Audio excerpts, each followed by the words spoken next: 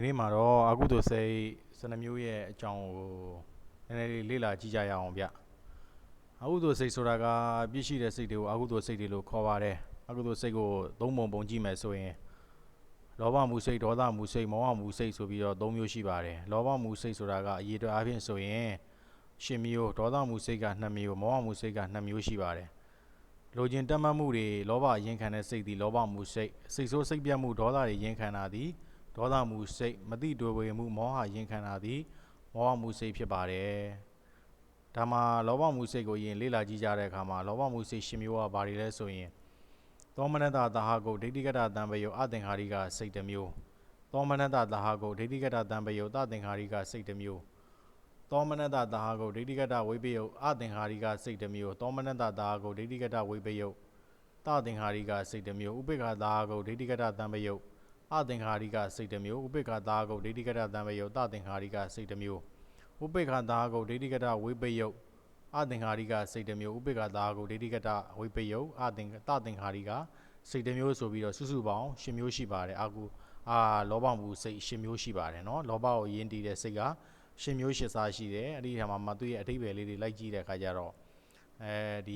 သောမနတသဟကုတ်တို့ဘာလို့ဆိုတာဘာလို့ဆိုလိုတာလဲဆိုရင်ဆက်လေးလာကြည့်တဲ့အခါမှာသောမနတသဟကုတ်ဆိုတာဒီဝမ်းမြောက်ရွှင်လန်းခြင်းနဲ့တကွဖြစ်တဲ့စိတ်ကိုပြောပါတယ်ဥပေက္ခသဟကုတ်ဆိုတာဒီဝမ်းမြောက်ဝမ်းနည်းเนาะဝမ်းမြောက်ဝမ်းသာမှုမဖြစ်ဘဲဝမ်းနည်းမှုမဖြစ်ဘဲနဲ့ဖြစ်တဲ့အခြေအနေတစ်ခုပေါ့ဒိဋ္ဌိကတသံမြုပ်ဆိုတာကတော့အယူမှားပြီးတော့သူကကံကံရဲ့အကျိုးတရားကိုမယုံကြည်တဲ့ဒိဋ္ဌိနဲ့ရှင်တဲ့အမြင်ရှိတဲ့အယူအဆတစ်ခုပေါ့เนาะအမြင်ရှိတဲ့သဘာဝတရားတစ်ခုပေါ့ဒိဋ္ဌိကတဝိပယုဆိုတာကလည်းသူကဒိဋ္ဌိနဲ့မရှိဘူးကံကံရဲ့အကျိုးတရားကိုယုံကြည်တာပေါ့ယုံကြည်ပြီးတော့လုပ်တဲ့အလုပ်မျိုးပေါ့အသင်္ခါရိကစိတ်ကတော့တိုက်တွန်းမှုမရှိဘဲနဲ့အလိုလျောက်ဖြစ်တဲ့စိတ်ထက်မြက်တဲ့စိတ်လို့ခေါ်တယ်တသင်္ခါရိကကတော့တိုက်တွန်းပြုပြင်မှုကြောင့်ဖြစ်တဲ့စိတ်ပေါ့ထိုင်မိုင်းတဲ့စိတ်သူတစ်ပါးတိုက်တွန်းမှလုပ်တဲ့စိတ်ဒီတသင်္ခါရိကသူတစ်ပါးတိုက်တွန်းမှုမရှိဘဲနဲ့ကိုယ်သဘောတရားအတိုင်းလုပ်တဲ့ဟာမျိုးကြတော့အသင်္ခါရိကလို့ခေါ်ပါတယ်ကာမဂုဏ်အယုံတွေကိုနှစ်သက်တွေ့တာနေတဲ့အခါမှာဘာဖြစ်လဲဆိုရင်လောဘမှုစိတ်တွေဖြစ်ပါတယ်ဥပမာရုပ်ရှင်တစ်ခုကိုကြည့်နေတဲ့အခါမှာပျော်ပျော်ရွှင်ရွှင်ကြည့်နေတဲ့သူတယောက်ရဲ့အတန်တမှာဆိုရင်လောဘမှုသောမနတသဟကုစိတ်ဖြစ်ပါတယ်ရုပ်ရှင်ကြည့်နေတဲ့အခါမှာအပြစ်ရှိမှန်းမစင်ကြင်မိတဲ့အတွက်ကြောင့်ဒိဋ္ဌိကတသံမြုပ်စိတ်ဖြစ်ပါတယ်မိမိလိုလျောက်နှစ်သက်တက်မှတ်နေတဲ့အခါမှာအသင်္ခါရိကစိတ်လို့ဖြစ်ပါတယ်ဒီတို့ထို့တူပဲဒီပျော်ရွှင်စွာဝိတ္ထုဖတ်နေတဲ့သူတခြင်းသားထောင်နေတဲ့သူတဏှာမိတ်ကက်လင်းကြံနေတဲ့သူရေခဲမုံစားတဲ့သူပံကာလီခံတဲ့သူစသရှိသည့်ဖြင့်ဒီຢာတွေဟာအလုံးဒ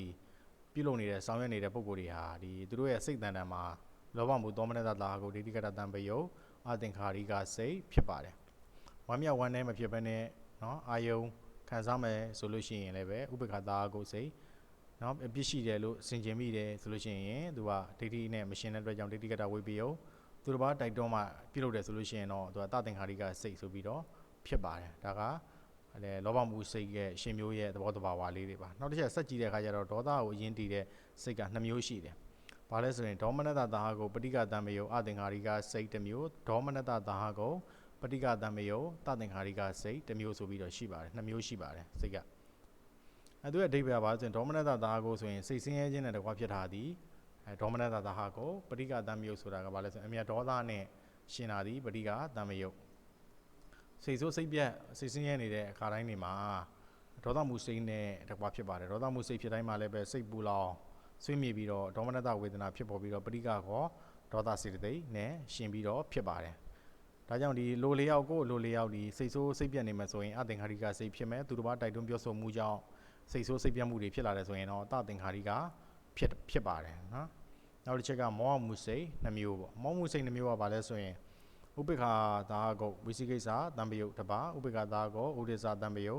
်တစ်ပါး2ပါးပေါ့အဓိပ္ပာယ်တွေကလည်းဘာတွေလဲဆိုရင်ဝိသိကိစ္စဘုရားတရားတန်ခါကံကံရဲ့အကျိုးတရားတွေပေါ်မှာကုသိုလ်ရေးတွေမှာယုံမတန်တရားဖြစ်နေတာတွေဟာဝိသိကိစ္စလို့ခေါ်ပါတယ်နောက်တစ်ချက်ကအာယုံမျိုးမျိုးကိုပြန့်လွင့်တဲ့သဘောတဘာဝဒီဥဒိစ္စလို့ခေါ်တယ်နော်ယတနာသုံးပါးကံတရားရဲ့ပေါ်မှာယုံမတန်တရားဖြစ်နေတဲ့သူဟာမောဟမှုဝိသိကိစ္စတံပယုတ်စိတ်ဖြစ်ပါတယ်အာယုံတွေပြန့်လွင့်ပြီးတွေ့ဝင်ငေးမောနေတဲ့သူမှာတော့ဥဒိစ္စတံပယုတ်စိတ်မောဟကိုယဉ်တည်တဲ့စိတ်တွေဖြစ်နေပါတယ်အကုသိုလ်စိတ်ဖြစ်တိုင်းမှာသတိထားမိမယ်ဆိုရင်အကုသိုလ်စိတ်တွေကအစဉ်တန်းဟာစိတ်ရဲ့အစဉ်တွေကပြတ်တောက်သွားပါတယ်အထူးသဖြင့်တော့မကောင်းမှုဒုစရိုက်10ပါးကိုအကုသိုလ်စိတ်တွေနဲ့ပဲပြုလုပ်ကြရတာပါဒီလိုပြုလုပ်တဲ့အတွက်ကြောင့်အပယ်ကျရောက်နိုင်တဲ့အကုသိုလ်စိတ်တွေကိုအဖြစ်မခံဘဲနဲ့ ရှောင်ရှားနိုင်မယ်ဆိုရင်အပယ်ဘေးကနေလုံခြုံသွားနိုင်ပါတယ်စိတ်ကြံကိုထိန်းနိုင်မယ်ဆိုရင်ကိုယ်နှုတ်မူရာတွေကိုလည်းပဲထိန်းသိမ်းပြီးသားဖြစ်သွားပါလိမ့်မယ်ဒါကအကုသိုလ်စိတ်နော်12မျိုးရဲ့အကြောင်းပေါ့ဘာလဲဆိုရင်ပြန်နှိမ့်ချုပ်ကြည့်တဲ့အခါမှာအကုသိုလ်စိတ်က12မျိုးရှိတယ်အကုသိုလ်စိတ်12မျိုးမှာဘာတွေလဲဆိုရင်သူကလောဘမှုစိတ်10မျိုးဒေါသမှုစိတ်2မျိုးမောဟမှုစိတ်2မျိုးဆိုပြီးတော့ရှိပါတယ်အားလုံးကိုကျေးဇူးတင်ပါတယ်ခင်ဗျ